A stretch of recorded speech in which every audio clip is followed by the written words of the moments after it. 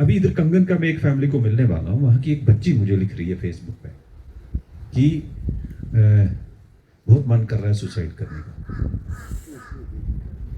Reason क्या है कि उसके घर में नया बच्चा आ चुका है, उसका छोटा भाई होगा कुछ, कि सारी कंसंट्रेशन घर की उसकी तरफ होगी है, मुझे इग्नोर कर रहे हैं, है ना?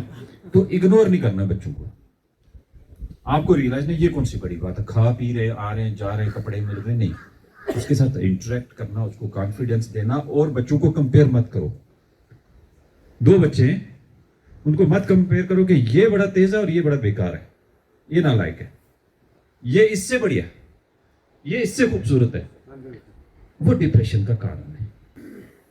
पुलिसिंग एक ऐसा सब्जेक्ट है, जैसे आपने शेरशाह सूरी के साथ कंपेयर किया, तो ये सब्जेक्ट देखा जाए अंग्रेजों के टाइम पे अगर आप कंपेयर करेंगे तो इतने इलाके में 4 पुलिस वाले आते थे और मर्डर भी वर्कआउट हो जाते थे।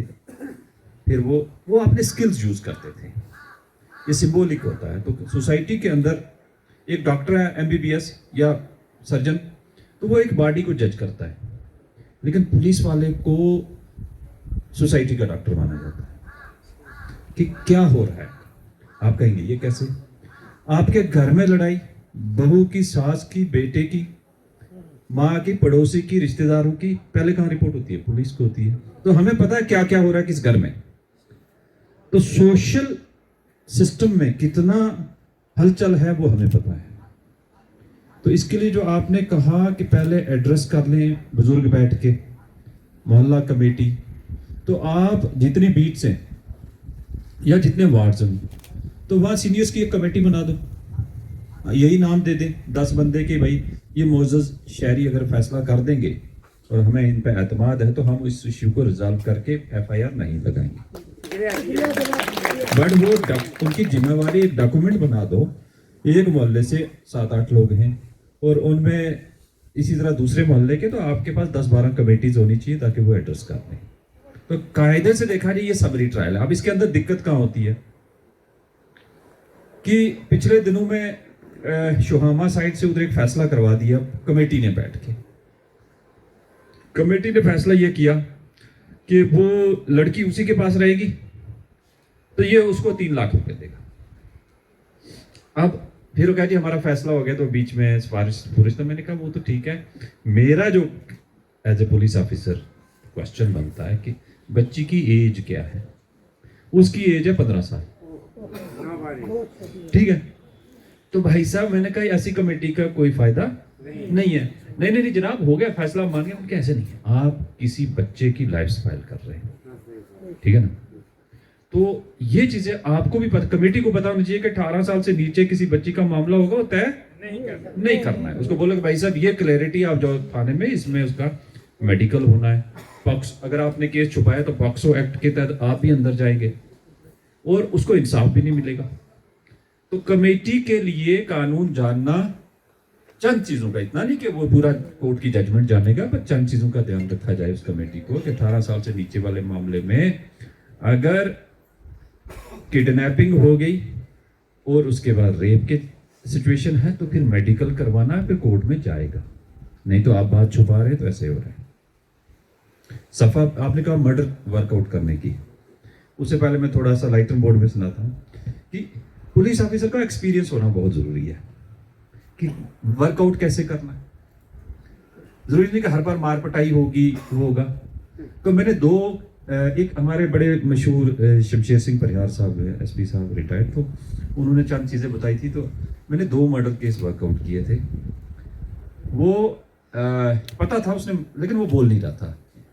तो उसको क्या किया कि 2-3 सिपाहियों ने बाजू से टांग से पकड़ा, तो उसके घुटनों निकाले, ठीक है, गुदगुदी, ठीक है। 2 लड़कों ने निकाले, 5 मिनट, वो खुद बोल गया जनाब मैं बताऊंगा, छोड़ दो। कोई बड़ी टेक्निक नहीं अप्लाई की, उसने सारा बताया कहाँ से वेपन है, कहाँ रखा, सब कुछ हो गया।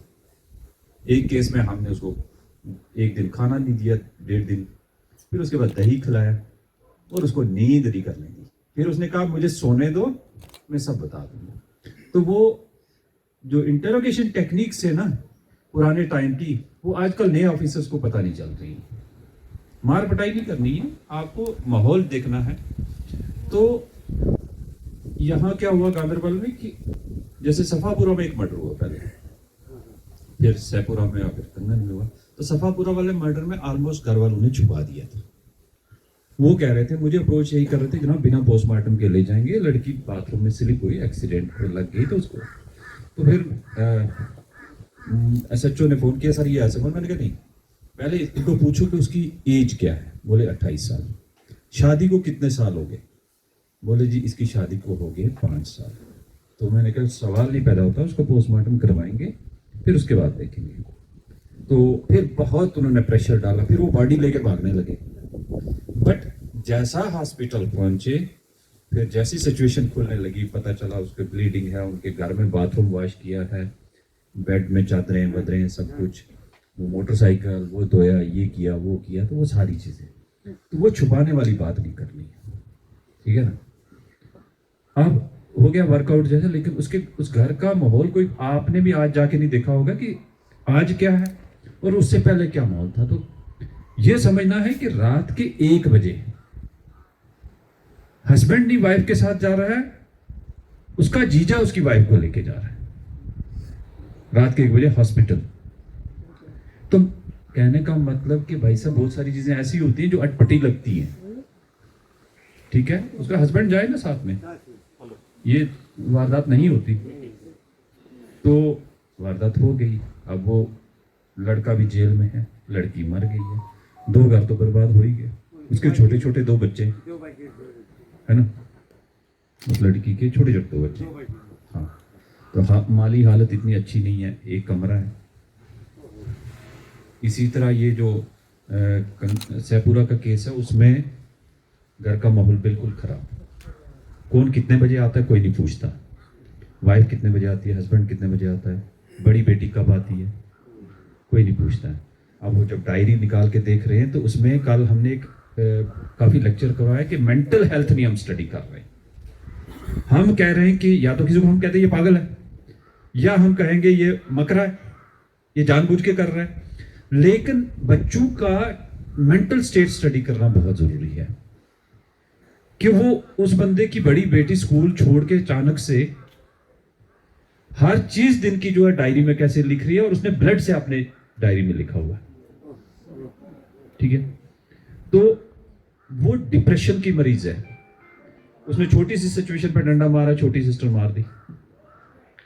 इसी तरह बहुत सारे केसेस आ रहे हैं कि जहां वो खुल के माँ बाप के साथ बोल नहीं रहे बच्चे। तो अहम चीज ये है कि अपने बच्चों के साथ खुल के एज फ्रेंड, आप जो मार पटाई वाला है ना, डराना धमका बच्चे का 10 साल से ऊपर मत करें। 10 से लेकर 20 साल के बीच की एज ग्रुप में like a friend discuss, issue resolve. गलतियां होती हैं, हमसे गलती हुई, आपसे भी हुई होगी, आने वाले भी करेंगे, बट उसमें पता नहीं चलता है, या तो दोस्तों की वजह से, या माहौल की वजह से, या सोशल मीडिया के इम्पैक्ट से। तो एज ए रिजल्ट क्या होता है कि हम उसको इस लेवल पे दे जाते हैं।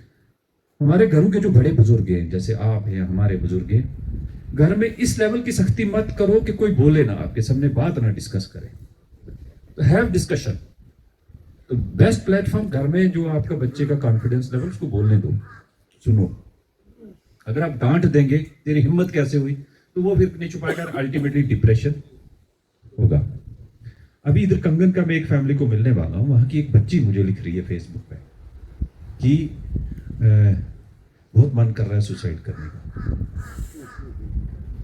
रीजन क्या है कि उसके घर में नया बच्चा आ चुका है, उसका छोटा भाई होगा कुछ, कि सारी कंसंट्रेशन घर की उसकी तरफ होगी, मुझे इग्नोर कर रहे हैं। तो इग्नोर नहीं करना बच्चों को। आपको रियलाइज नहीं, ये कौन सी बड़ी बात है, खा पी रहे, आ रहे हैं, जा रहे हैं, कपड़े मिल रहे, नहीं, उसके साथ इंटरेक्ट करना, उसको कॉन्फिडेंस देना। और बच्चों को कंपेयर मत करो। 2 बच्चे हैं, उनको मत कंपेयर करो कि ये बड़ा तेज है और ये बड़ा बेकार है, ये नालायक है, ये इससे बढ़िया, ये इससे खूबसूरत है।